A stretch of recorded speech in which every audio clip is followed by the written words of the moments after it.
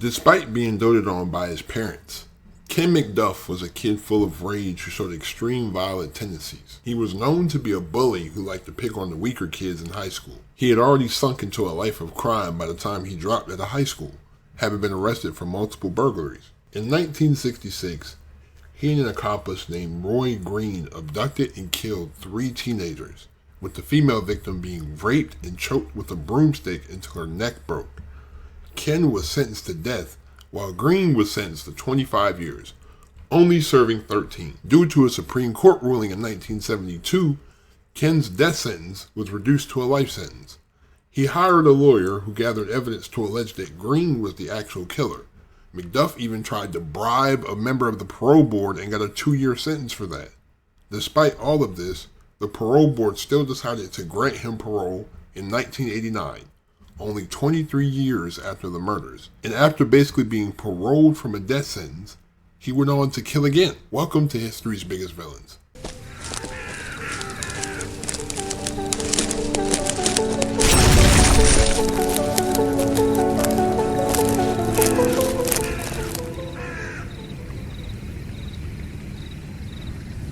Kenneth Allen McDuff was born at 201 Linden Street in the central Texas town of Rosebud, the 5th of 6 children born to John Allen and Addie McDuff. His father ran a successful concrete business during the Texas construction boom of the 1960s. McDuff was spoiled by his family, particularly his mother Addie, nicknamed the Pistol-Packing Mama because she threatened a school bus driver with a gun after the driver kicked McDuff's twin brother Lonnie off the bus. McDuff was known to shoot his .22 rifle at random animals and was often fighting with the older boys. With these tendencies, he was well known by the sheriff of his hometown. In 1964, at age 18, McDuff was convicted of 12 counts of burglary and attempted burglary in 3 Texas counties. He was sentenced to 12 4-year prison terms to be served concurrently, with the ruling being made because of his age. He was granted parole in December 1965. On August 6, 1966, McDuff and Roy Dale Green, whom he had met a month earlier through a mutual friend,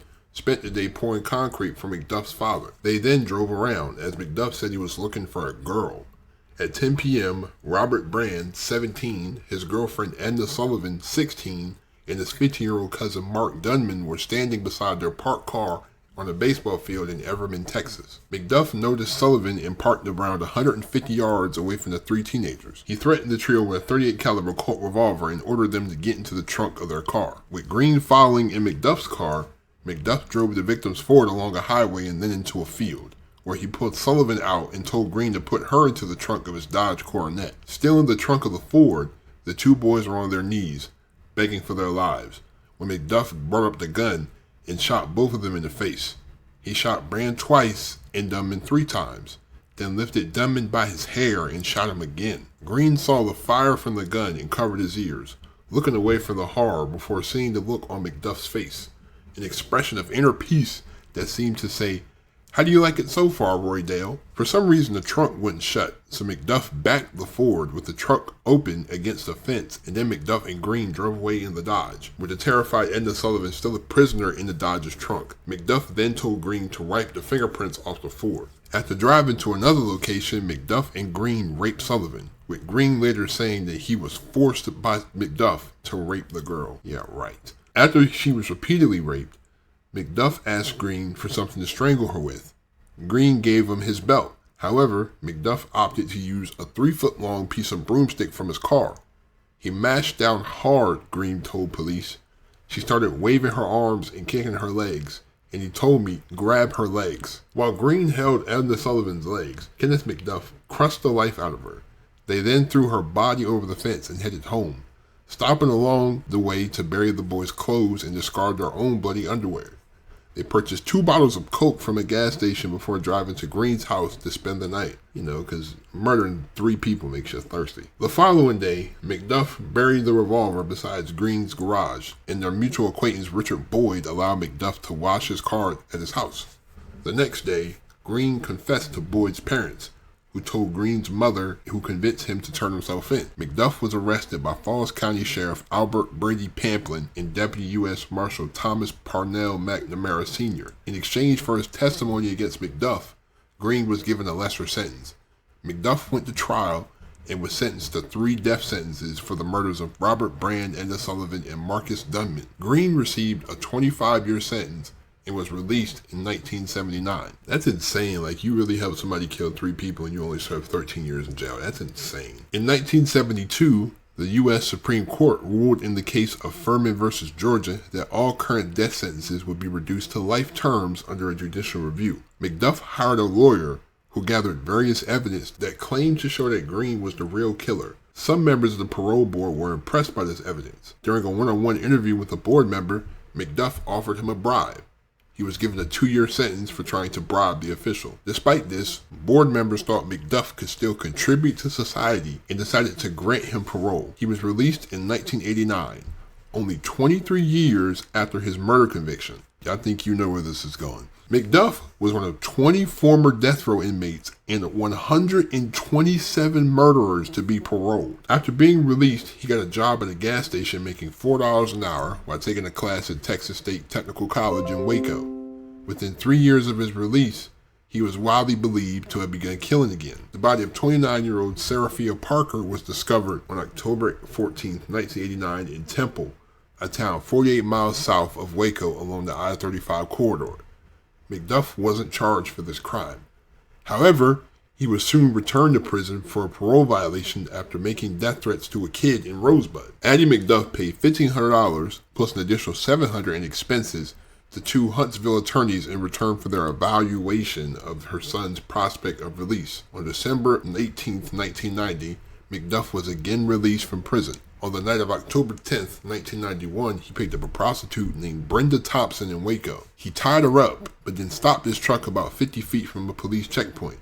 When the policeman walked towards the truck, Thompson repeatedly kicked the windshield, causing it to crack several times. McDuff sped up and drove at the officers.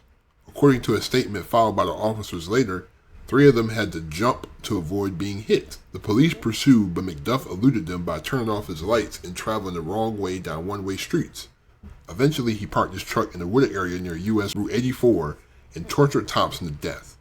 Her body was not discovered until 1998. 5 days later, on October 15, 1991, McDuff and a 17-year-old prostitute named Regina Moore were witnessed having an argument at a Waco motel. Afterwards, the pair drove McDuff's pickup truck to a remote area beside Texas State Highway 6 near Waco. McDuff tied her arms and legs with stockings before killing her. She had been missing from home for 7 years by the time her body was discovered on September 29, 1998. McDuff is also believed to have murdered 23-year-old Cynthia Renee Gonzalez, who was found dead in a creek bed near County Road 313 in the heavily wooded terrain 1 mile west of I-35 on September 21, 1991, 6 days after she was reported missing in Arlington. In December 1991, McDuff and a close friend, Alva Hank Worley, were driving around looking for drugs. Worley later testified that McDuff would point out specific women along the street that he would like to take. That night, they saw Colleen Reed, an accountant, who was washing her car at a car wash. McDuff grabbed her and forced her into the car. Both men sexually assaulted the woman, torching her with cigarettes in the process, and although witnesses called the police, they were too late. McDuff dropped Worley off and later disposed of Reed's body. McDuff's next victim was Valencia Joshua, a prostitute who was last seen alive knocking on McDuff's door. He strangled Joshua on February 24, 1992. Her body was discovered on March 15th at a golf course near Texas State Technical College. While working at a quick pack market, McDuff had developed an obsession with the senior manager's wife, Melissa Northup. On many occasions, he mentioned wanting to rob the store and take Melissa. Her husband grew worried when she didn't return home one night following her shift, and an investigation was launched. McDuff was a suspect because he had been in the vicinity of the quick pack at this time of Northup's disappearance. During the investigation before the body was found, a college friend of McDuff's told police officers that he attempted to enlist his help in robbing the store. Northup died on March 1st, 1992, and a fisherman discovered her body on April 26. A major problem for investigators was that McDuff's post-release victims were spread out across several Texas counties.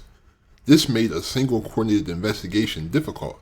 However, the police learned that McDuff was selling drugs and had an illegal firearm, 2 federal offenses.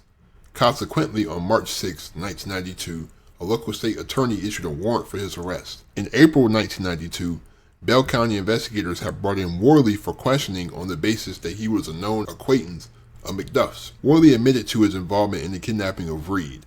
He was held in the Travis County Jail while the police continued their search for McDuff. McDuff had moved to Kansas City, Missouri, where he was working at a garbage collection company, living under the name Richard Fowler. On May 1st, 1992, a co-worker of his named Gary Smithy watched the Fox television program America's Most Wanted. Smithy noticed how similar McDuff, who was featured on the program, was to his new co-worker. After discussing the matter with another co-worker, Smithy telephoned the Kansas City Police Department, which searched Fowler's name and found that he had been arrested and fingerprinted for soliciting prostitutes. A comparison of the fingerprints taken from Fowler to those of McDuff showed that they were the same. On May 4th, 1992, a surveillance team of 6 officers arrested McDuff as he drove to a landfill south of Kansas City. The arresting officers included Deputy U.S. Marshal Thomas Parnell McNamara Jr., his brother, Deputy U.S. Marshal Mike McNamara, and Falls County Sheriff Larry Pamplin, whose fathers had arrested McDuff in 1966. During the first trial involving the death of Northup, he was rude and disruptive. He even tried to represent himself but could never provide truthful accounts on the night the woman was killed. He was sentenced to death for the murder of Melissa Northup. Following that trial, he was then tried for the murder of Colleen Reed and was more disruptive this time around. Although her body was never found, he was convicted of killing her based on strong circumstantial evidence and eyewitness accounts. He was again given a death sentence. Following his arrest, Texas began an overhaul to ensure that no other criminals like him were able to get out on parole. They changed the rules and improved the monitoring upon release. Collectively, these new rules in Texas became known as the McDuff Laws. The location of Regina Moore and Brenda Thompson's bodies were provided as his execution date neared. He was even taken out under tight security to provide the location of the remains of Colleen Reed. His last meal, according to Death Row chef Brian Price, was a hamburger fashioned to resemble his request for a steak. On November 18, 1998, McDuff was put to death by lethal injection in the Huntsville prison. He was 52 years old. Man, like, this whole story really kind of fascinated me because I've never seen somebody be on death row and literally get paroled. Like, how do you go from death row to parole? They paroled a guy who murdered 3 children. They paroled him. Like, what? Like, that's the crazy part. Like, how does he even get consideration for parole? Like, that's the wild part. You could have stopped him at 3, but then he went on to possibly kill as many as 14 people. So it's like another failure in the criminal justice system, I guess. But thanks for watching my video. I really appreciate all the support. Leave a like if you enjoyed that, subscribe button if you're new to my channel. Also, don't forget to turn on my post notifications if you haven't already.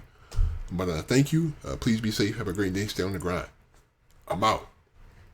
Peace.